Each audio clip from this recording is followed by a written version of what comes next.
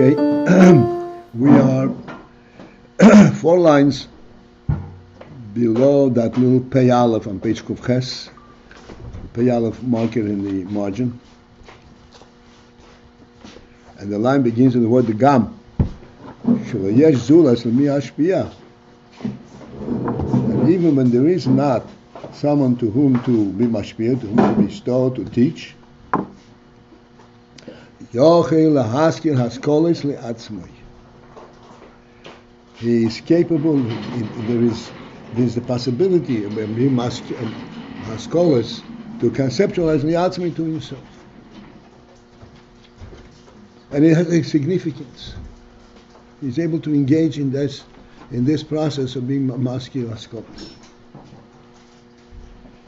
And we pointed out what's the novelty in this.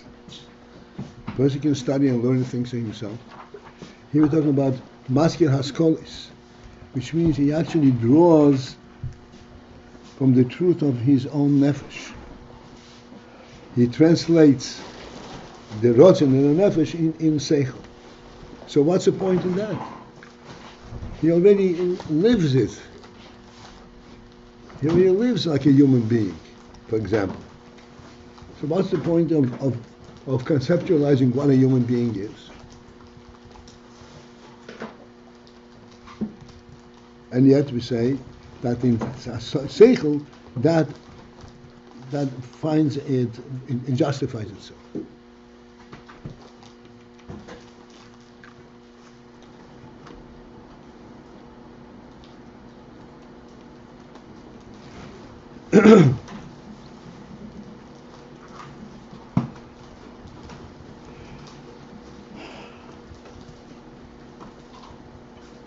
Because seichel, you have to think for just for a moment into this. Carries with it, even though this is already a functioning seichel, revealed seichel, it still carries with it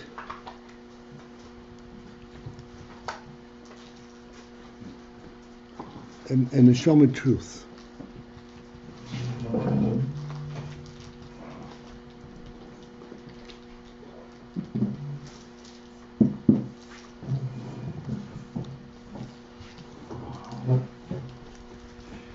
Let me see if we can put this in words. It'd be interesting. Just as to live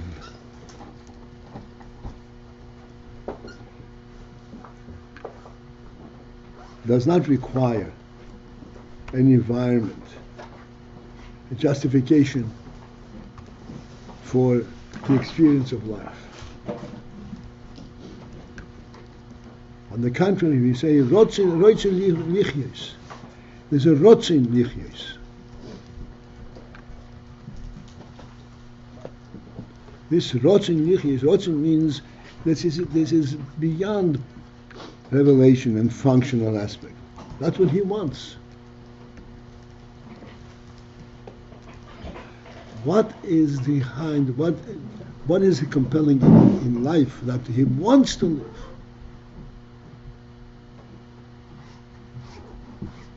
Even at the level of rotzin means there is no functional level, there's no process in this. This is a direct reflection of what life is.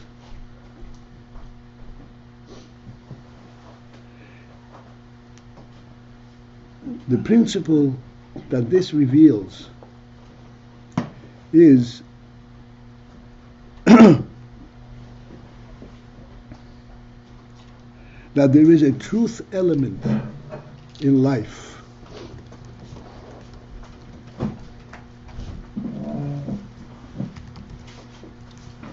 that is not definable, it's not defined by function.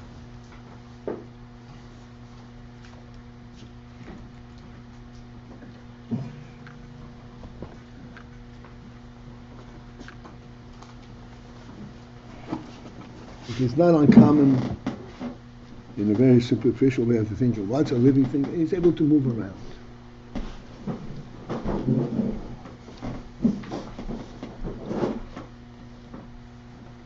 Clearly, this has not captured the principle of life.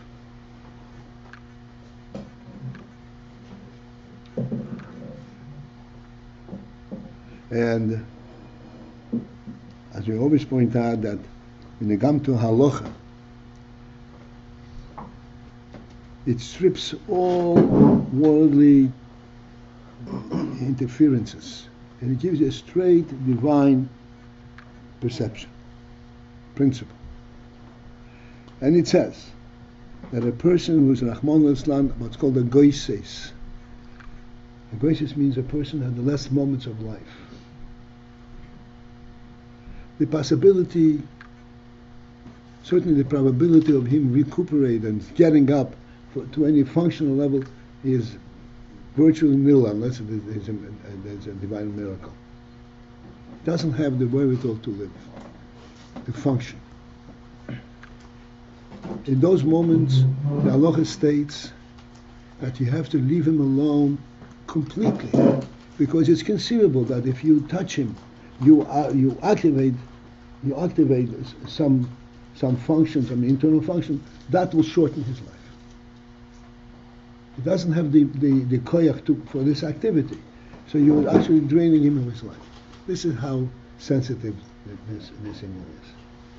So in this life state, he's totally dysfunctional and useless from a worldly perspective.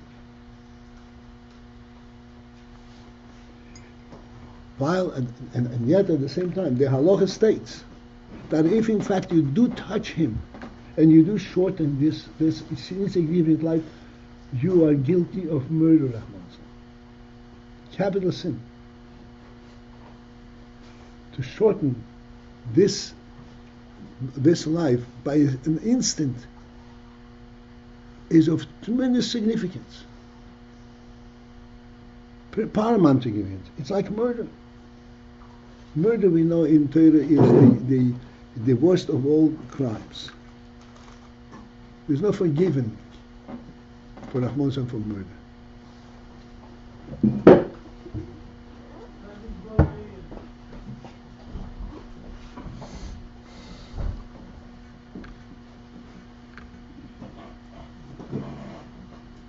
What? Yes, that's the son. Hi. What does this tell us?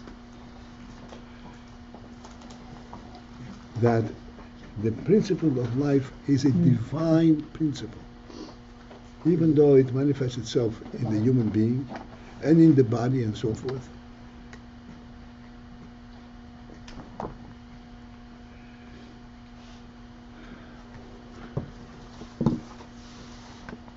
But its principle completely is above all functional effect.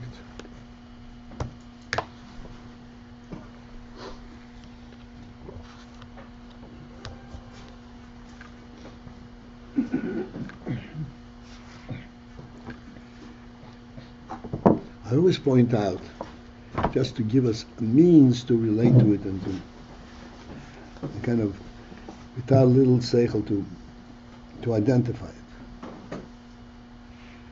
The REBBE created the whole world, and it's described to us in some degree. To remain on this call, press 1.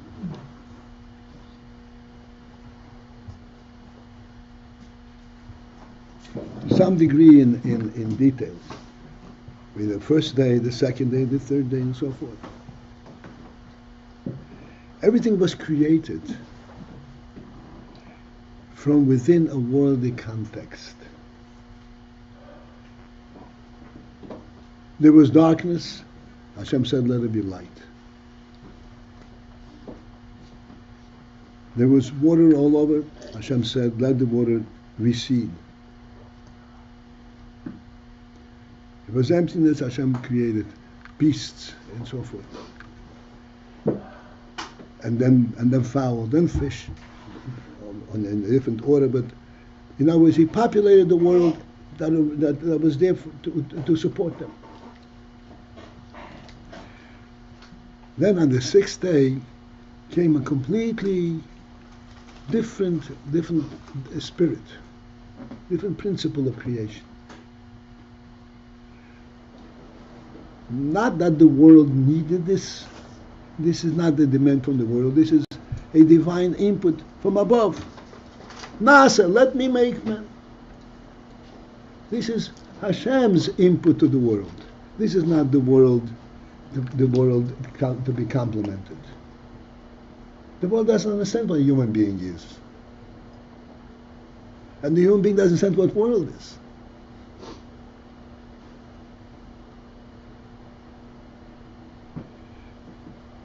This is a divine presence in the world, super worldly presence in the world.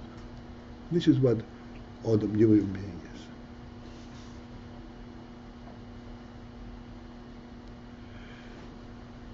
This super presence, this is what gives the world its true value.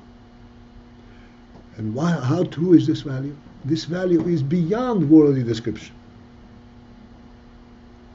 It's a true value.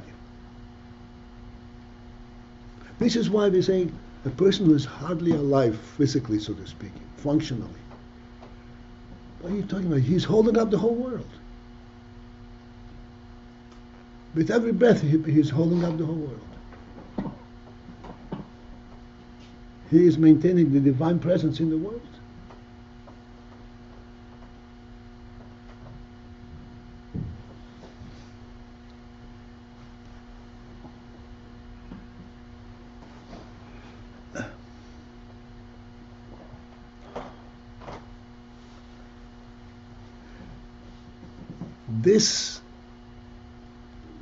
This phenomenal truth is reflected in the intellect, in the mochin.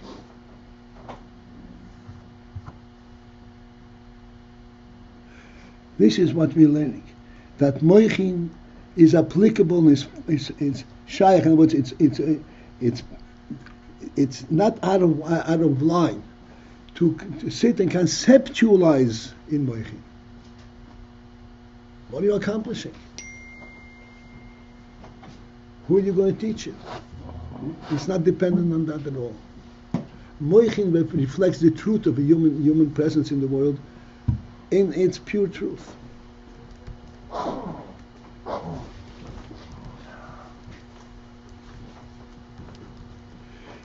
And thus, if a human being, if he sits and is conceptualized, maskil haskolos, he is actually bringing the human power into the world and holding the world up. Because as we said, the world without the human being is a totally insignificant entity, presence. This question of what would the world be without the human being is very old in our discussion. I remember way back when I first asked the question, somebody said, "What's the point?" It's a correct response.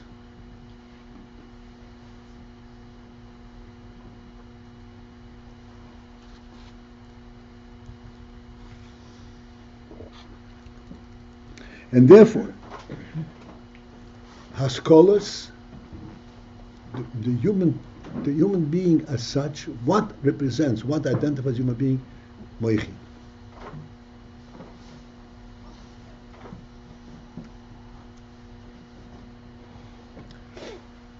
Was it mochin? Because the human being recognizes in his mochin the truth of his own being, of his own presence, and the truth of the worldly presence. Not by functional identity, but by reality. He recognizes in the world the divine will in this creation. Beyond a function. Where does he recognize it? In his intellect. mochin.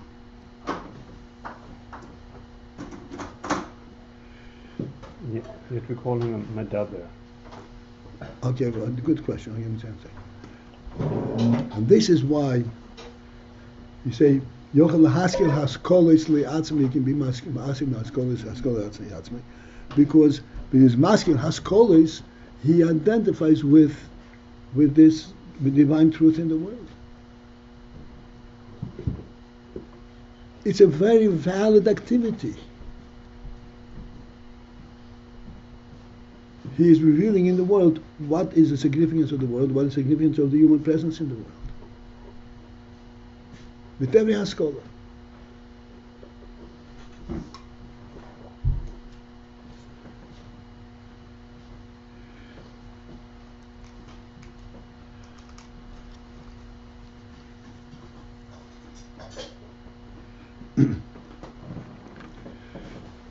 Okay, now your question seems to be, kind of a powerful retort to the whole thing.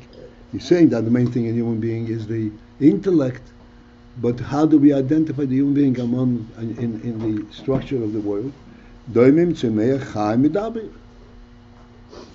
What is human contribution to the world? Haskem has maskolas. Medaber.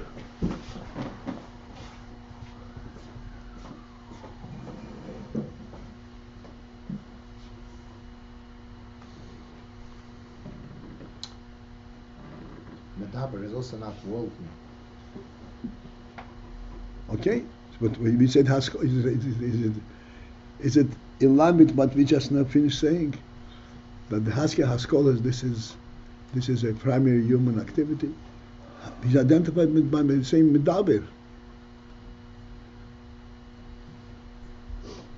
In terms of worldly structure, Doimim Tzemeach Chai Medaber.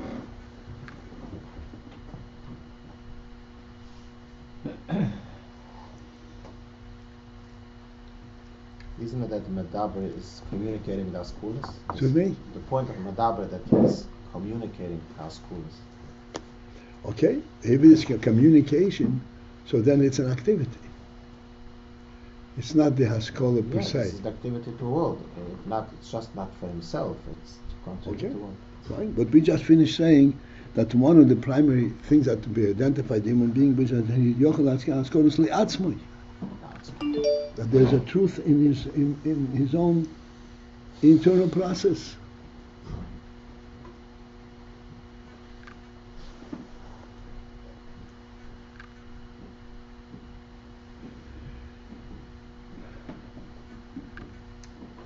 The word medaber means speaker. The word medaber in a deeper sense, in a root sense, the word medaber means ruler.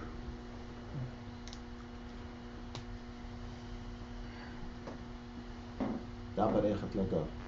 Daber echet lago. Medaber means he defines what world is about.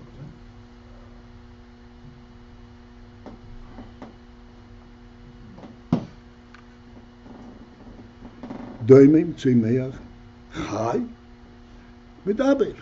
He is above that. He says, "You be what I tell you to be."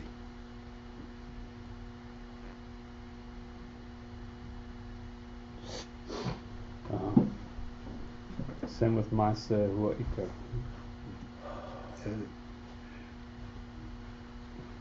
That's my Medaber. Medaber means that he represents a super presence than worldly. We have to understand, since we got into it, just understand, the human being rules the world not by exerting power. The fact is, every beast in the world is much more powerful than a human being.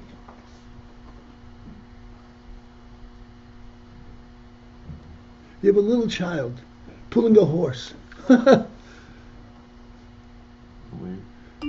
Excuse me? The child tells the horse, go here, and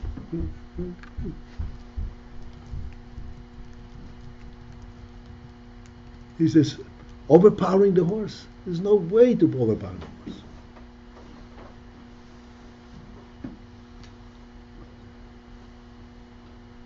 The beast is powerful in worldly terms. Very powerful. The horse can run, 50 miles per hour ad infinitum.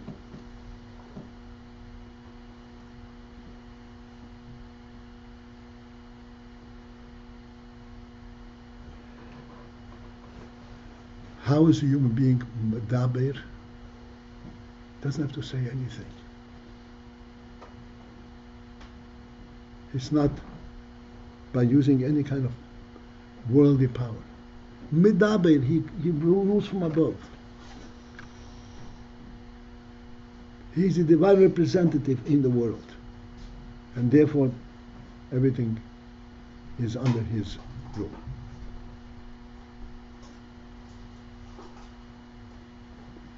This is why it says that if as a Shoma, a person impurifies himself, forfeits, so to speak, his Tzelem Eliki, then in fact he becomes prey and vulnerable to the beasts of the world. Otherwise, he rules them. Okay, let's go later.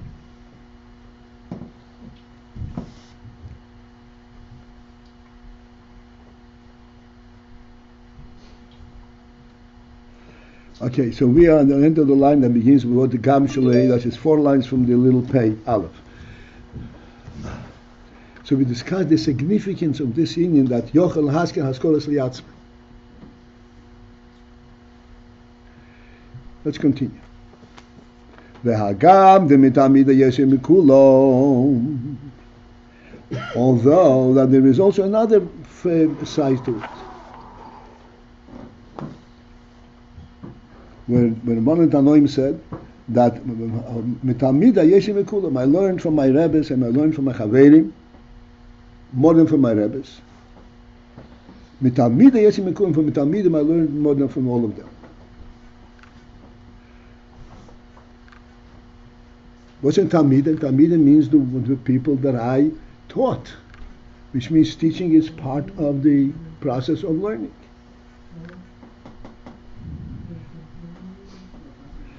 Hainu. This means Shalidei Hashpoel Hazulas.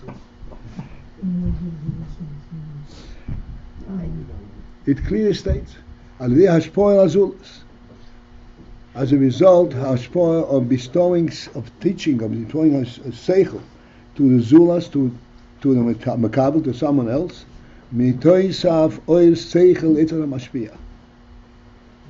There's an increase of the oil sechel by the mashpia.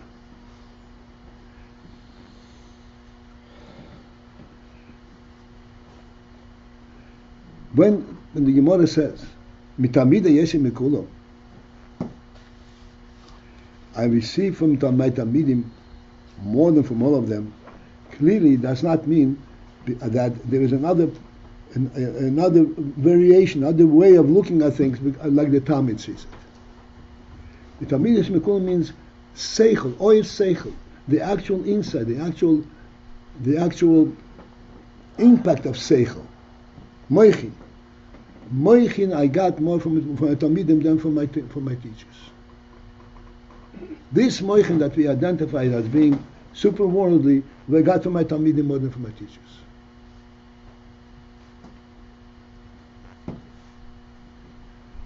And that's what he says, which means that he says, Hainu, that's what Rebbe says, oir seichel. Not stam seichel, but oir seichel. The brightness of seichel, the spirit of seichel, is increased as a result of Talmidim. Hashpol Azuros. Eisar HaMashpia. By the teacher himself.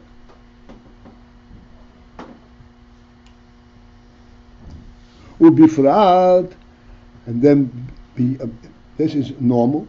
Bifrat particularly, in other words, there's an the initial experience of teaching, of garnering your own sechel to the point of focusing in to be able to transmit it to a Talmud. That is already a Talmud process. That also already has, because you analyze your seichel and you're able to transmit it.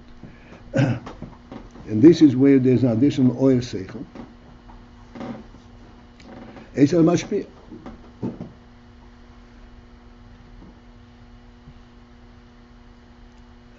Let me stop for a second.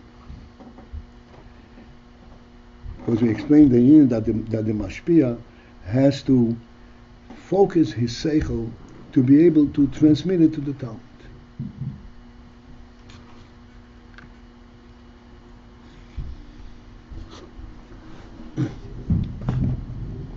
It's important to understand what this is about.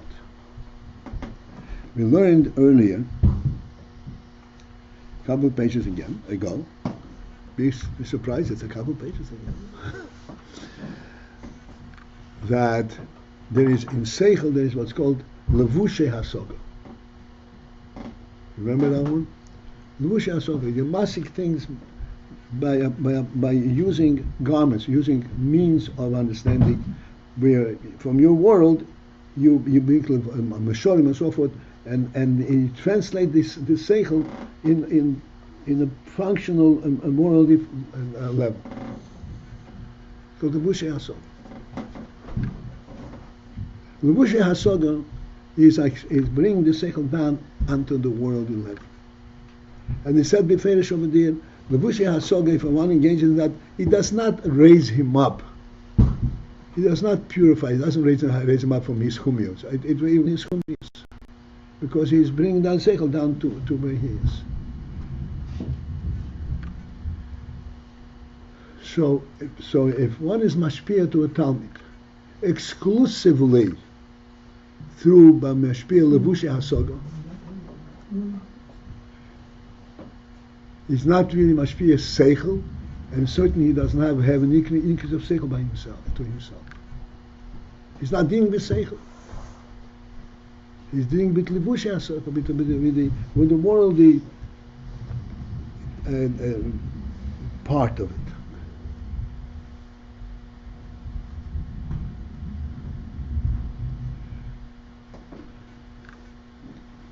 No matter how way you mashpia seichel, there has to be a seichel, a sichli element that justifies this, that makes it be, and makes it real. So here it's levushe hasaga without the content, without seichel per se. I always thought levushe seichel was for the sake of containing. That's right. But if you are going to transmit, if you're transmitting to the Talmud exclusively via levushe hasoga, then you're not giving him seichel altogether. Okay. You have to make sure that you're giving him seichel, but you use levushe hasoga. Oh. Talmud has to be conscious, see that this is not what you mean. This is not what you're teaching him, the levushe hasoga. You're teaching him the concept, so that it opens up his mind to the seichel. In that case, there is a sofa of seichel by the seichel by the mashpia, and this. So you're saying, despite that he's only being metargim the seichel in a lower level, the poil it's more by the Rav, a seichel chodesh. Not a seichel chodesh, but oil chodesh, but because he is. When he is transmitting a seichel to the Talmud, he's not looking, how can I make the Talmud agree with me? How can I make the Talmud see that which I see? That's a different question completely. In other words, he wants to give him the seichel, but he has to bring it to him in a way that the Talmud will be able to know what I'm talking about.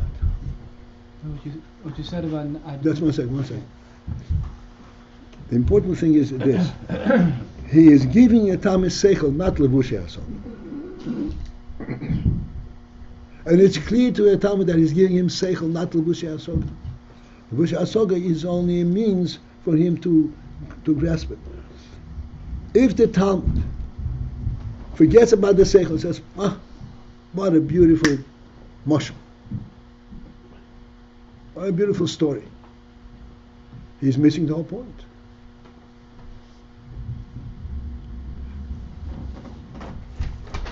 The Talmud has to identify and relate to what the Mashpia is trying to teach him, not how he understands it.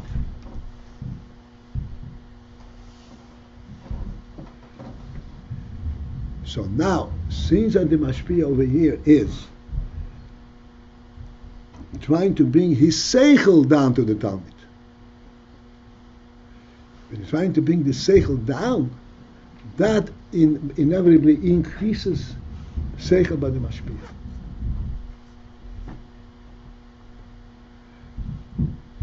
Because this forces him to see in his seichel a deeper end that he can even translate it on the lower level.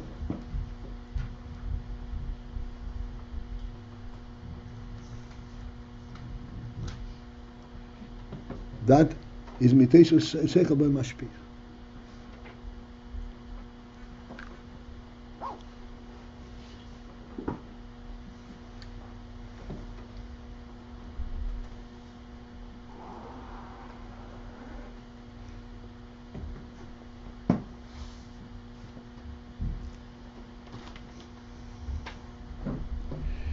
Okay, I don't think I don't need to elaborate on this because this is something which everyone can recognize on his own also. If we'll see how the questions goes, if it didn't come, if necessary, we'll go back to this.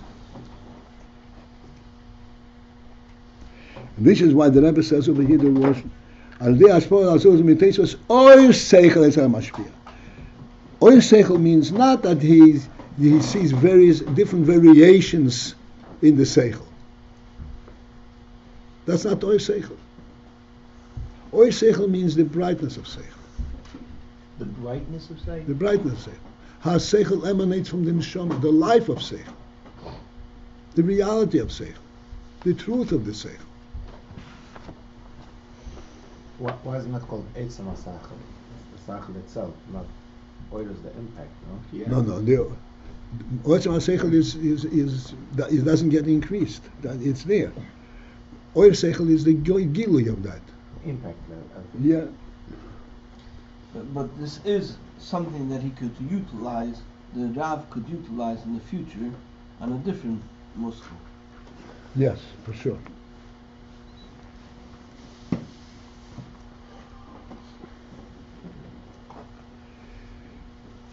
Okay, so this is what you said. So in other words, seichel is affected by hashpor, the azulas. It's not completely immune. It is higher, but it's possible without it. But with it, it's definitely effective. Ubiprat particularly, particularly if the mushpa, the Talmud, points to kashas, difficulties, and such other objections coming from the Talmud, that for sure will increase the oir seichel by the mashpia.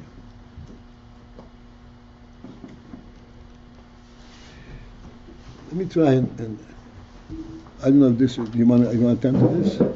Yeah, the battery's running low. Can you log on with your phone? Can we use it here? For the guys on video conference.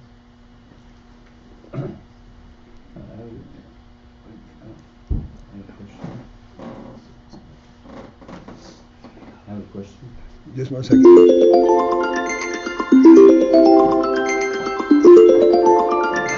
Woke up. Okay, I'll put it on account.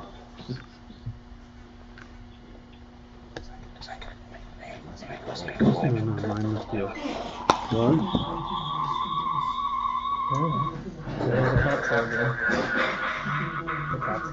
Okay, I'm back.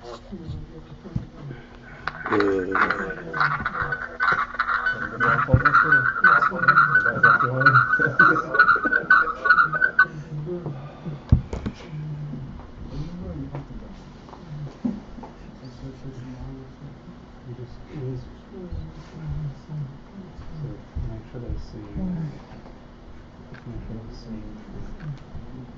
All the noises, all the I mention. was the person in the capsule. Okay, one sec. You even had a garden in the Yeah, capsule. can't see what kind of tree, because yours is your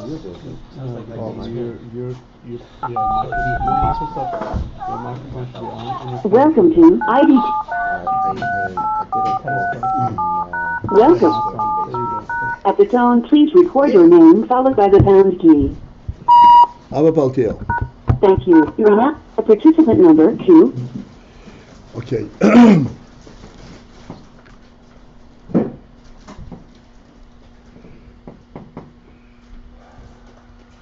What happens at the kushis when you have difficulty, kashas? And the mashpia has to find a way to place the kashas in perspective and give an answer. There is an additional oil sechel. Why is it oil sechel? You were simply dealing with the structure of the sechel. He's showing this is not a contradiction.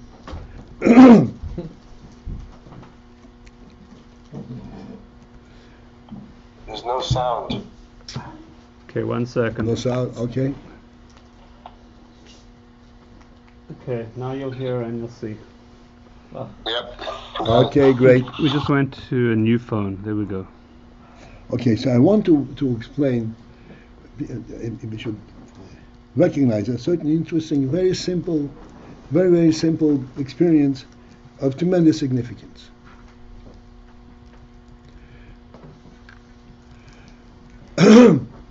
We always give them the example of somebody standing on top of the Empire State Building and looking down at the entire labyrinth of streets, entire city.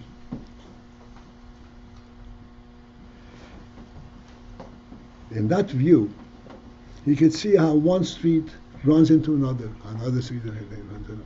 You could see the entire interrelationship, the logical structure of the city.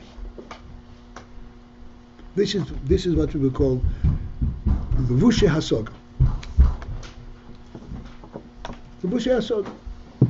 He sees how one street runs into the other, all the plane of the same road.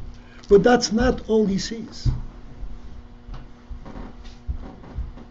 As a matter of fact, this is the last thing he pays attention, recognizes. What he sees is the total unity of the city. How the Bronx and East New York are one place.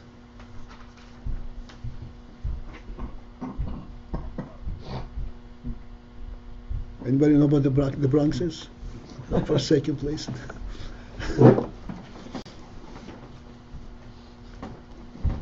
And he sees it all as one. It's a completely different perspective, perception. Yes, this is one city.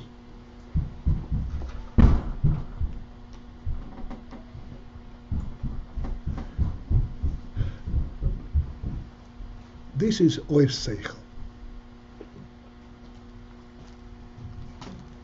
And when somebody asks him, how do you get from Brooklyn to the Bronx? Yes, you could.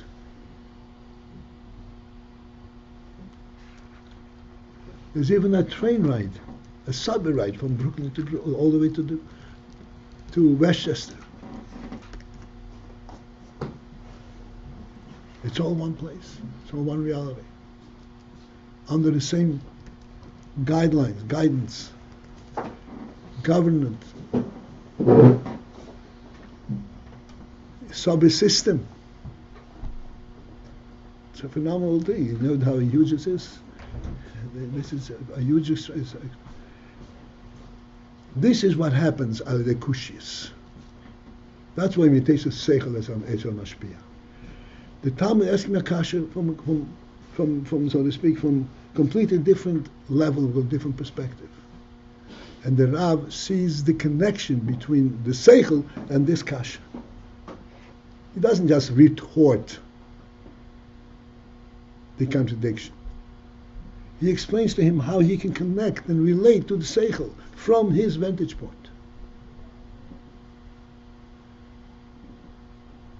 Therefore, Niteisus seichel is a mashpia. Or seichel. He sees how the seichel that he is talking about really encompasses a much broader spectrum than he originally thought of.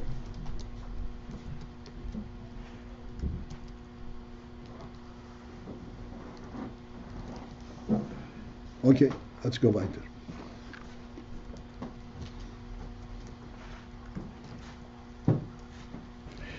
We have to finish this scene. We're in the middle of.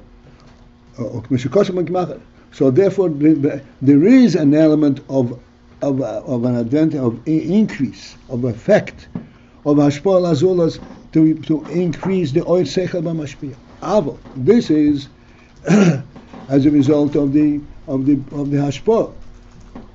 Aval, but gilui oil hasechel b'derech yosher, revealing the oil hasechel b'derech oil yosher in an oil yosher manner. What's meant oil yosher? Oil yosher means a direct flow from the nefesh.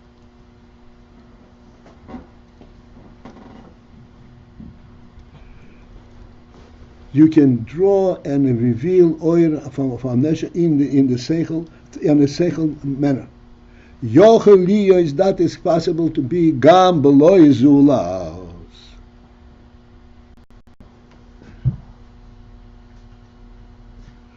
Even without azulas. This is what we were pointing out. Seichel can function without azulas. Even though this seichel is a revelation that you draw from your own nefesh. From your own... Zulas means someone else. A recipient, somebody teaching. Somebody teach. You could be revealing oil seichel without it, even though this you already have it in your nefesh. And yet, you can. There is meaning to draw the seichel from your nefesh onto yourself.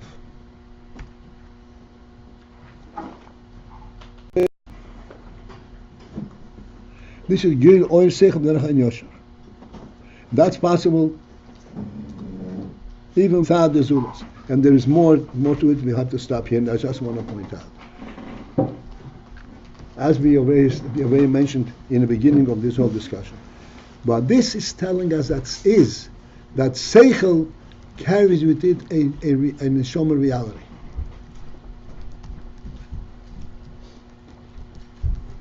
It is not just to answer questions or get out of a difficult situation. Like you said, the view of the city from the Empire State Building is significant. Even though this is not going to help you find your way on the ground. But it's going to help you to give you a complete concept that you are in the city, even if you're in the Bronx or in East New York. It's important.